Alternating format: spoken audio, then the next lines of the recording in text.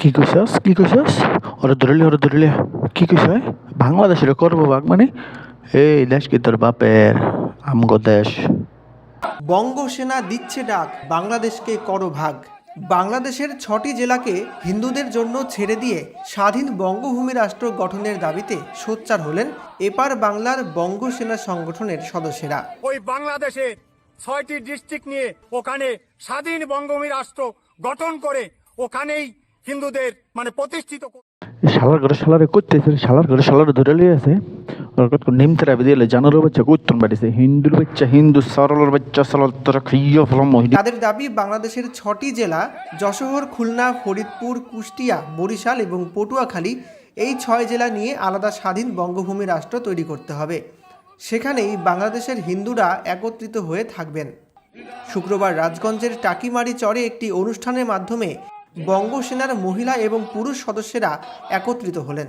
এদিন বিক্ষোভ সমাবেশে বঙ্গসেনার প্রচুর সদস্য হাজির হন। সংগঠনের মুখপাত্রের দাবি, ৭৮ বছর ধরে বাংলাদেশে হিন্দুরা অত্যাচারিত হচ্ছে। সেই অত্যাচারের ভয়াবহ রূপ ধরা পড়েছিল এবার। বিগত 1 মাসে সেখানে হিন্দুদের উপর জুলুম চলেছে। এই ঘটনার প্রতিবাদে এবং স্থায়ী সমাধানের দাবিতে বাংলাদেশের যশোর, খুলনা, ফরিদপুর, কুষ্টিয়া, বরিশাল এবং পটুয়াখালী, এই 6টি জেলা একত্রিত করে আলাদা স্বাধীন বঙ্গভূমি রাষ্ট্র করে দিতে হবে।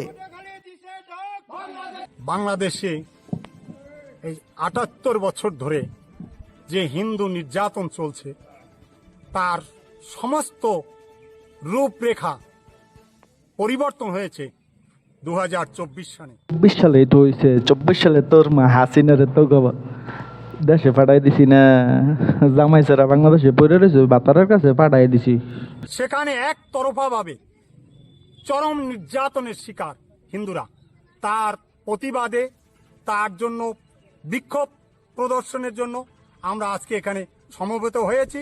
ওখানে স্বাধীন বঙ্গভূমি রাষ্ট্র গঠন করে ওখানেই তো এবং স্বাভাবিকভাবে তারা জীবনযাপন করতে পারবে। তা আজকে দিকে দিকে সেই সুর ধ্বনিত হচ্ছে। তাই আমরা সেই ধ্বনিকে আমরা আহ্বান জানিয়ে বাংলাদেশে তোর বাপের সম্পত্তি থিয়া গেছিস না, 6 জেলা তোকে হিন্দুকে ভাগ করে দিয়ে দিব। এমন ফিডাইবে বাংলাদেশের মানুষ তো করে দিশা হইতি না। তোর দেশে যে মুসলমান সংখ্যালঘু নির্যাতন নিপীড়ন করতাছস, হ্যাগো পক্ষে দাঁড়াইছস, তুই বাংলাদেশের জনগণ লইয়া তুই মাথা কামাস।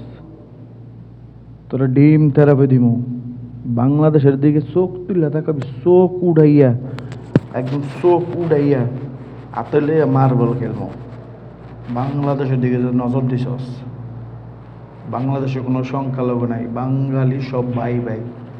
তোদের ইন্ডিয়াতে সংখ্যালঘু, আমাদের মতো মুসলিম ভাইরা বা ইন্ডিয়াতে সংখ্যালঘু। তোগো মোদী সরকার মুসলিম গো সেখানে নির্যাতন নিপীড়ন চালাইতেছে, সেইটা নিয়ে প্রতিবাদ কর। বাংলাদেশের দিকে চোখ উড়াইয়া তাকাইবি না, তাহলে মার্বল খেলমো চোখ উড়াইয়া। বাংলাদেশের মুসলমানরা, হিন্দুরা, খ্রিস্টান, বৌদ্ধ সবাই ভাই ভাই। বাংলাদেশে কোনো সংখ্যালঘু নাই, তোরা ইন্ডিয়াতে সংখ্যালঘু। চোখ উড়াইবি না বাংলাদেশের দিকে।